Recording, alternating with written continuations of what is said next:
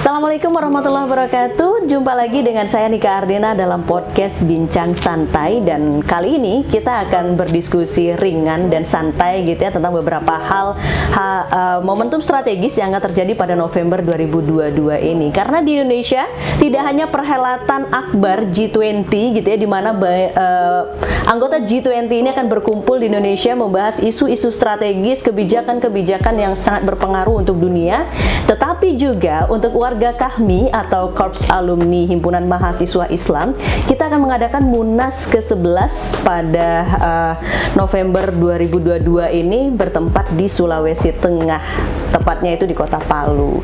Nah, kita tidak akan membahas bagaimana proses untuk Munas atau bagaimana kepemimpinan dan sebagainya, tapi hari ini kita akan fokus pada kenapa sih harus di Palu gitu, kenapa harus di Sulawesi Tengah, di mana memang kalau bagi saya sendiri gitu, seorang PR yang aktif di brand, citra dan sebagainya gitu, ketika kita berbicara tentang Palu maka ada yang kita itu mungkin tertanam di benak kita untuk Indonesia tentunya, bahwa pada 2018 yang lalu gitu ada bencana yang terjadi, tidak hanya satu bencana tapi 3 bencana dengan dampak yang luar biasa, dan banyak lagi tentunya tentang Palu ini yang akan kita bahas. Dan hari ini kita akan berbincang dengan Ketua Tim Verifikasi Faktual Lokasi Munas Palu. Nah, di sini bersama dengan Dr. Lukman Malanuang dan akan langsung kita sapa. Nah, di sini saya sudah bersama dengan Dr. Lukman Malanuang. Beliau ini adalah Ketua Tim Verifikasi Faktual gitu ya, Bang? Betul, Mbak Nike. Iya. Selamat datang. Selamat datang. Sudah meluangkan waktu untuk kita bincang-bincang terkait dengan Munas kami ini. Oke. Apa yang mau ditanyakan, Mbak Nike? Mungkin Abang bisa bercerita dulu nih, Bang. Gimana sih proses akhirnya Palu ini ditetapkan gitu untuk lokasi Munas dengan beberapa kondisi tadi yang sempat saya sampaikan sebelumnya. Baik. Munas ini kan perhelatan 5 tahunan bagi kami. Kita melaksanakan Munas itu terakhir pada tahun 2017 di Medan. Dan 5 tahun setelah 2017 itu kita melaksanakan di Palu. Nah, pertanyaan tadi, mengapa di Palu? Sebelum itu saya ingin cerita sedikit ya, bahwa keputusan untuk Munas di Palu itu ada proses. Artinya Majelis Nasional di awal 2022 pada bulan Januari itu telah bersurat ke seluruh majelis wilayah di Indonesia ini. Kita tahu ada 34 majelis wilayah, dan yang merespon surat kami terkait dengan kesediaan sebagai tuan rumah itu ada 6 provinsi, atau 6 wilayah. Nah, itu ada dari paling timur ada Nusa Tenggara Barat, kemudian ada Surabaya, ada DIY ya kan, kemudian ada Lampung ya, kemudian ke Sulawesi itu ada Manado dan ada Sulawesi Tengah gitu. Nah, jadi 6 wilayah inilah yang merespon surat Majelis Nasional kami terkait dengan kesiapan mereka untuk menjadi tuan rumah Munas. Nah, lalu steering committee di Majelis Nasional ya membentuk tim verifikasi ya untuk mengunjungi kesiapan daerah-daerah tersebut. Nah kebetulan saya ditugaskan oleh steering committee, oleh ketua tim steering committee ke Palu untuk melakukan verifikasi faktual ya terkait dengan kesiapan Palu sebagai tuan rumah Munas ke-11 Majelis Nasional KAHMI yang akan digelar pada tanggal 24 sampai tanggal 28 November tahun 2022 ini. Iya. Kira-kira seperti itu prosesnya. Nah, mungkin ini juga ya kita ingat ya, pada 2018 Palu itu kan pernah kena bencana yang luar biasa gitu ya. Bahkan kalau yang kita baca itu dia memang dijuluki sebagai daerah 1000 bencana karena memang banyak sekali potensi bencana di sana gitu. Nah, mungkin Bang Lukman bisa menceritakan dengan berbagai kondisi dan potensi tadi gitu. Mengapa Palu sering sekali terjadi bencana? Jadi Mbak Nike, Palu ini itu terletak di daerah perbenturan 3 lempengan raksasa dunia. Ya. secara geologi kan lempeng dunia ini tidak statis, tapi dia selalu bergerak kan. Iya. Kalau di masa lalu itu pergerakannya mungkin cepat ya, tapi setelah berjalannya waktu, ya berjalannya usia dunia, usia bumi, akhirnya pergerakan itu menuju kepada kestabilan. Ada 7 lempeng raksasa dunia. Nah, 3 diantaranya itu ada di Indonesia, ya kan? Jadi Palu itu berada di daerah perbenturan 3 lempengan raksasa dunia, yakni lempeng lempeng Pasifik ya bergerak ke barat, ya, lempeng Australia bergerak ke utara menubruk lempeng Eropa Asia, ya kan? Nah, itu terjadi di Sulawesi sebetulnya, tapi lebih spesifik adalah di daerah Palu dan Koro. Nah, ya, sehingga Palu dan Koro ini hampir setiap hari ada gempa, Mbak Nike. Bisa gempanya itu bisa 700 sampai 800 kali, tapi gempa-gempa kecil. Gempa-gempa kecil. Ya, bukan gempa yang heboh sampai sekian skala Richter gitu. Jadi sebetulnya masyarakat Palu, Sulawesi Tengah itu ya sudah biasa saja gitu dengan gempa-gempa kecil kan. Gitu. Karena mereka menyadari secara geologis memang Palu itu memang daerah rawan gempa. Nah, kan kita tahu bahwa tadi seperti yang sudah Abang jelaskan gitu ya, Palu ini sangat rentan dengan bencana gitu. Kemudian juga ada label lain sebenarnya, ada yang dianggap sebagai daerah yang rawan teroris dan sebagainya gitu. Nah, sebenarnya misi kami sehingga untuk Munas di Palu ini apa sih, Bang? Gitu? Ya, pertanyaan yang menarik. Jadi salah satu misinya saya kira adalah mengobati luka, ya kan, akibat bencana yang dialami oleh masyarakat Palu atau trauma healing lah gitu kan. Ya, kami ingin menjenguk gitu kan saudaranya yang sedang tertimpa bencana di Palu, terkait dengan perhelatan musyawarah nasional yang akan dilaksanakan oleh kami tersebut, ya. Jadi kita harapkan dengan kehadiran kami masyarakat bisa kembali rasa percaya dirinya, ya, sehingga dengan demikian kohesiovitas sosial bisa terbentuk, ya gitu kan, kekompakan masyarakat untuk membangun kembali Palu yang kaya dengan potensi sumber daya alam seperti kita tahu. Nah, sebagai bocoran ini, ternyata Bang Lukman ini kan dokter di bidang pengelolaan sumber daya alam dan lingkungan, benar ya, Bang? Benar, ya. Nah, itu mungkin bisa menceritakan karena kan sudah verifikasi faktual ke situ. Seperti apa sih sebenarnya di Sulawesi Tengah ini pada umumnya gitu, Bang? Nah, Sulawesi Tengah ini adalah daerah yang sangat kaya dengan sumber daya alam nikel. Ya kan, kita tahu di sana itu ada yang namanya IMIP, ya kan, Indonesia Morowali Industrial Park gitu. Jadi semacam pabrik raksasa nikel, peleburan nikel, ya, karena kita tahu Sulawesi Tengah ini salah satu ladang nikel yang ada di Indonesia, ya. Daerah lain ada Sulawesi Tenggara, Sulawesi Selatan, atau Maluku Utara, itu juga kaya dengan sumber daya nikel. Nah, salah satunya yang sekarang ini sudah masuk ke tahap produksi atau hilirisasi yang diamanatkan oleh Undang-Undang Minerba ini adalah hilirisasi nikel yang ada di Palu gitu.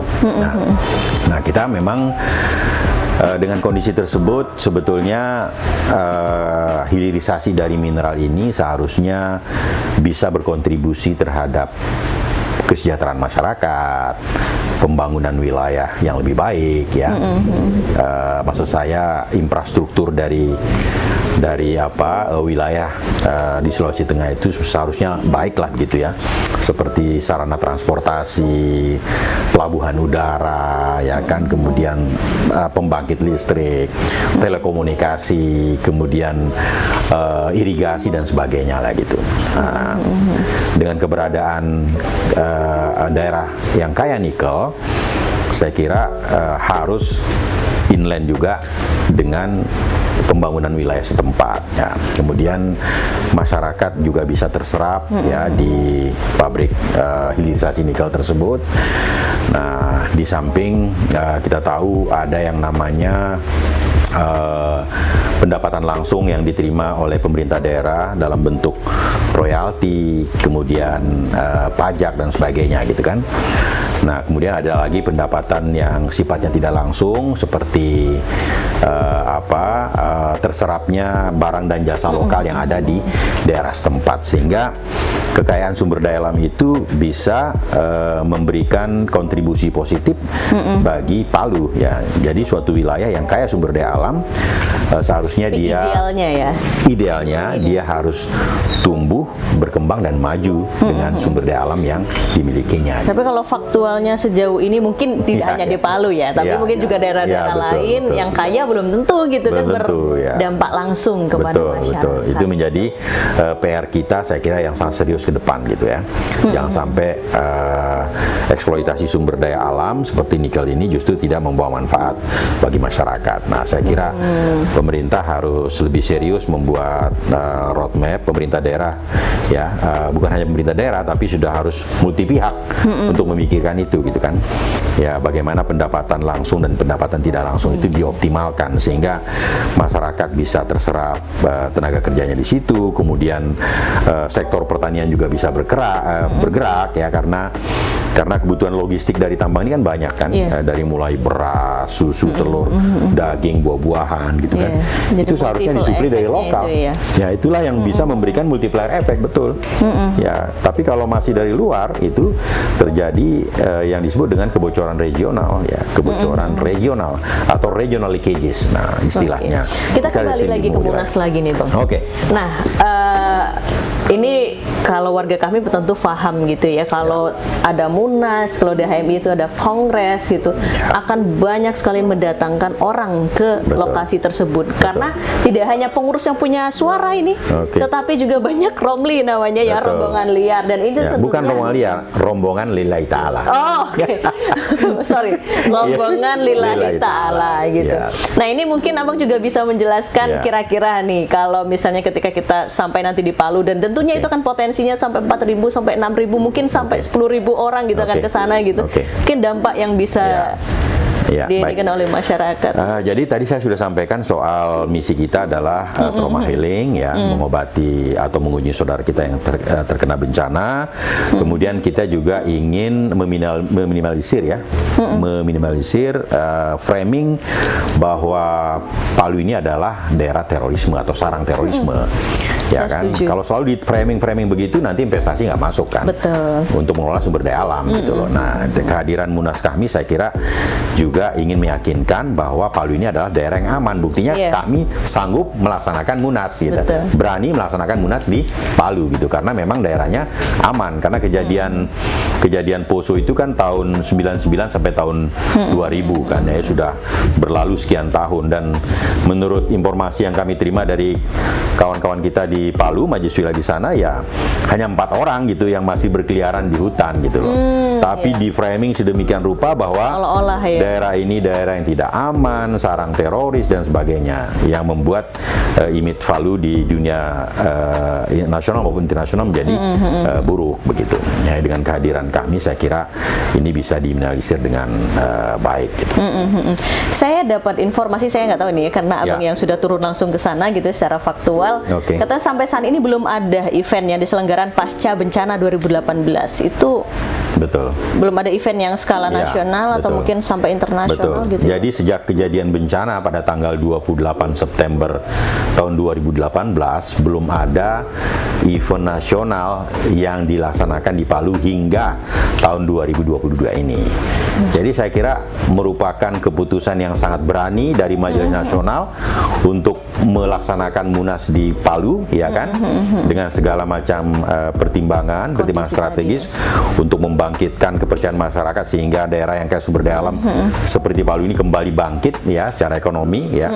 Kalau dari segi Covid kemudian terjadi kelusuan ekonomi, saya kira seluruh dunia terkena gitu loh. Tapi kalau masyarakat Sulawesi Tengah dia sudah kena Covid, kemudian kelusuan ekonomi ditambah lagi dengan bencana yang kita tadi ulas di awal, seperti itu kira-kira. Nah, tadi Mbak Nike menyampaikan bagaimana sih manfaat secara ekonomi maupun sosial dari pelaksanaan Munas ya di Palu ya. Kita tahu bahwa peserta resminya ini kan berkisar 1.500 orang kan. Tetapi yang Mbak Nike tadi bilang rombongan lillahi ta'ala itu lillahi ta'ala itu kita nggak bisa cegah kan gitu kan. Bisa saja rombongan lillahi ta'ala itu justru bisa 2 atau 3 kali lipat dari peserta resmi. Tapi kan mereka juga bawa macam-macam dari daerahnya, karena rombongan jangan dianggap bahwa ini adalah rombongan yang tidak ada kontribusinya gitu ya. Mereka punya uang, akan belanja di sana, akan makan di sana. Pasti, gitu persis, ya. Jadi kontribusinya sangat besar gitu untuk. Jadi semangat peserta biasa maupun rombongan lillahi ta'ala itu adalah semangat silaturahmi untuk bertemu dengan saudara-saudaranya se-Indonesia gitu loh.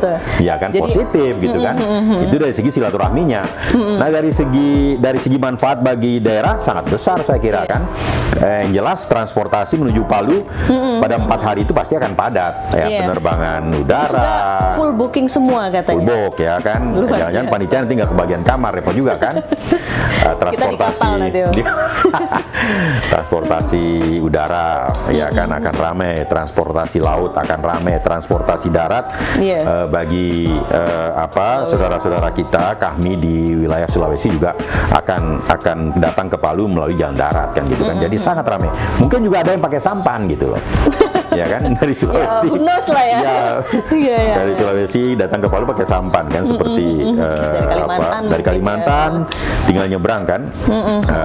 Bisa datang ke Palu. Nah, saya kira kehadiran peserta resmi maupun rombongan lillahi ta'ala tadi itu pasti akan punya dampak positif bagi wilayah kan, bagi Kota Palu kan.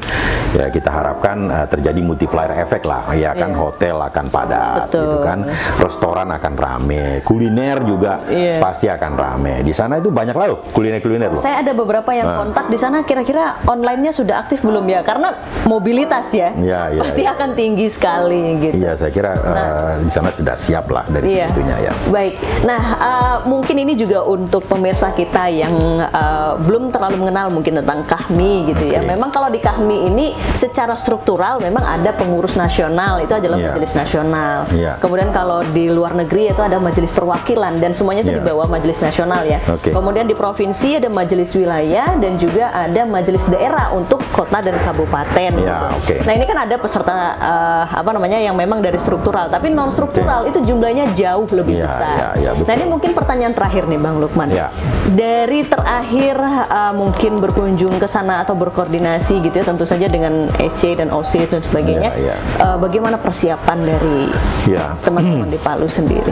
Ya, saya tidak mau melampaui tugas dari organizing committee, tapi informasi informal yang kita terima, komunikasi kita dengan sahabat-sahabat kita di majelis wilayah kami Sulawesi Tengah, insya Allah mereka sangat siap dan sangat senang dengan Munas yang diputuskan di kami. Jadi mereka sambut dengan riang gembira. Oh, yang Mbak Nike tadi saya ada beberapa poin tadi yang agak terlewat ya, lupa saya sampaikan. Kan tadi kita bicara soal trauma healing sudah, ya kan, kita bicara soal sarang terorisme sudah, ya kan, kita bicara soal sumber daya alam Palu ya yang belum memberikan manfaat optimal bagi Palu maupun Sulawesi Tengah secara keseluruhan sudah kita bahas, dan itu perlu perhatian serius ke depan lah, ya kan. Nah, terkait dengan ini yang terakhir ini saya kira kami itu bisa menjadi jembatan bagi pemerintah daerah untuk berkomunikasi dengan beberapa kementerian strategis di pusat dalam rangka pasca Munas ya, dalam rangka untuk mengakselerasi pembangunan daerah di Palu gitu loh. Ya, karena pemerintah provinsi ya itu kan mengalokasikan anggaran yang cukup signifikan untuk suksesnya Munas ini ya, sekitar 14 miliar lah dipersiapkan dari APBD Provinsi Sulawesi Tengah untuk mensukseskan Munas gitu kan. Di samping ada juga sumbangan-sumbangan dari beberapa pihak. Nah, yang saya ingin sampaikan Mbak Nike ya, mengapa harus Palu tadi itu ya, dan bagaimana potensi Palu ke depan. Ini Palu ini kan dia langsung berhadapan dengan ibu kota negara kan di Kalimantan, Kalimantan. Dan kita tahu bahwa Palu selama ini atau Sulawesi Tengah adalah yang mensuplai bahan baku material bangunan gitu loh. Kalau di Kalimantan itu kan daerah bergambut, ya kan. Di sana itu nggak ada batu, nggak ada kerikil kan. Nah, sudah terjadi perdagangan antar wilayah, ya kan, kerjasama antar wilayah, saling ketergantungan antar wilayah, di mana bahan-bahan bangunan itu banyak disuplai dari Sulawesi Tengah. Batu, kerikil, pasir itu dari Sulawesi Tengah kan. Terjadi interdependensi antar wilayah gitu loh. Saling bekerja sama antar wilayah, saling menguatkan, ya kan. Apa yang tidak ada di Kalimantan itu diisi oleh Palu ya, dalam konteks material bangunan kan. Kemudian yang berikutnya Mbak Nike, itu kita tahu bahwa Selat Makassar itu kan Alki 2 itu, ya kan, akan terjadi di masa depan itu, akan ramai dilalui oleh kapal-kapal dagang, dan saya kira ada kawasan ekonomi khusus Palu itu yang akan mengoptimalkan Alki 2 itu, alur laut Kepulauan Indonesia 2 ini ya, sehingga kawasan ekonomi kawasan ekonomi khusus Palu itu akan berkembang pesat gitu kan, dengan memanfaatkan posisi strategis Palu ya sebagai daerah perlintasan dari Alki 2, dan di sana akan ada ibu kota negara kalau memang benar-benar akan pindah, saya kira akan karena memang sudah mulai ya. Betul. Oke, baik, itu tadi luar biasa perbincangan kita kali ini tentang kenapa sih harus Munas di Palu, dengan banyak sekali kondisi, dan memang ternyata masih banyak hal yang kita belum tahu gitu ya tentang Palu ini, dengan potensi yang dimiliki gitu, dan tentu saja kehadiran kami di sana gitu dalam perhelatan Akbar ini akan memberikan banyak sekali manfaat gitu ya. Tidak hanya bagi pemerintah daerah tapi juga masyarakat UMKM gitu ya. Kita harapkan ada kerjasama antara pihak hotel dengan usaha kecil menengah koperasi untuk mensuplai bahan-bahan logistik ya yang diperlukan oleh peserta Munas, dan saya kira multiplier itu tidak hanya akan dinikmati oleh usaha besar, tapi kita harapkan usaha-usaha kecil juga akan mendapatkan manfaat gitu. Apalagi ini bocorannya, tapi ini kita juga tidak bisa mendahului gitu ya, RI 1 bahkan RI 2 dan banyak kementerian yang akan hadir di sana gitu ya. Dan itu Mbak Nike pernah Palu nggak? Belum. Belum pernah. Nah, saya baru ke Makassar. Betul. Kalau lihat Teluk Palu itu indahnya luar biasa. Sangat wajib indah. Teluk Palu itu sangat indah. Gitu kan. Kemudian banyak juga potensi pariwisata yang bisa dibangkitkan gitu kan.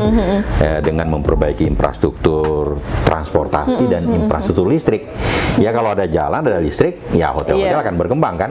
Tapi kalau nggak ada jalan, nggak ada listrik, ya kita nggak bisa ngundang, nggak bisa kita generate, kita bangkitkan potensi pariwisata yang dasar di Palu gitu loh, atau di Sulawesi Tengah kan, seperti itu. Kalau ke Indonesia Timur itu biasanya saya sangat tertarik itu dengan kulinernya, Bang. Nah, apalagi banyak ikan lautnya itu. Di sana ada Kaledo namanya. Ada Kaledo. Nanti kalau ke Palu harus cari Kaledo. Oke, nanti kita traktir ya, Bang.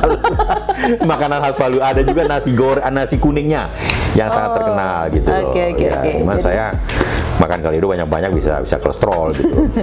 Apa sekali-sekali. Tapi kalau Nike ya silakan aja makan banyak karena masih muda kan. Masih under 30 gitu ya. Baik, itu tadi perbincangan kita kali ini tentang Palu dan kenapa Munas Kahmi gitu ya ke-11 di Palu dengan banyak kondisi dan banyak sekali tadi manfaat yang luar biasa gitu ya, yang akan sebagai akibat gitu ya dari perhelatan Akbar ini. Ini luar biasa, saya tambah excited. Mbak Nike, kalau daerah-daerah itu sudah banyak kan, sudah terkenal. Kita lihat umpamanya NTB udah punya Mandalika, ya enggak? Kalau Surabaya itu kan sering event nasional terjadi di sana kan. Di Manado juga kan seperti itu, banyak event internasional bahkan kan. Tapi Palu ini ya harus kita perhatikan ya, dan saya kira sudah sangat tepat keputusan Majelis Nasional untuk Munas di sana ya, dalam rangka banyak hal tadi yang sudah kita ceritakan, kita bahaskan seperti itu. Baik, excited, saya juga excited ini nunggu apakah kita akan berangkat bareng dengan kapal gitu ya, atau memang nanti kita karena infonya sudah full book semua. Nanti gitu, kalau full book semua ya bisa tinggal di rumah masyarakat gitu aja kan. Atau buka tenda kan gitu. Pokoknya banyak cara lah gitu. Yang penting kumpul dan silaturahmi itu tadi poinnya gitu. Poinnya adalah silaturahmi. silaturahmi. Baik, kita ketemu lagi di podcast selanjutnya. Sampai jumpa di Munas kami insya Allah pada November 2022. Terima kasih dan sampai jumpa. Sampai jumpa.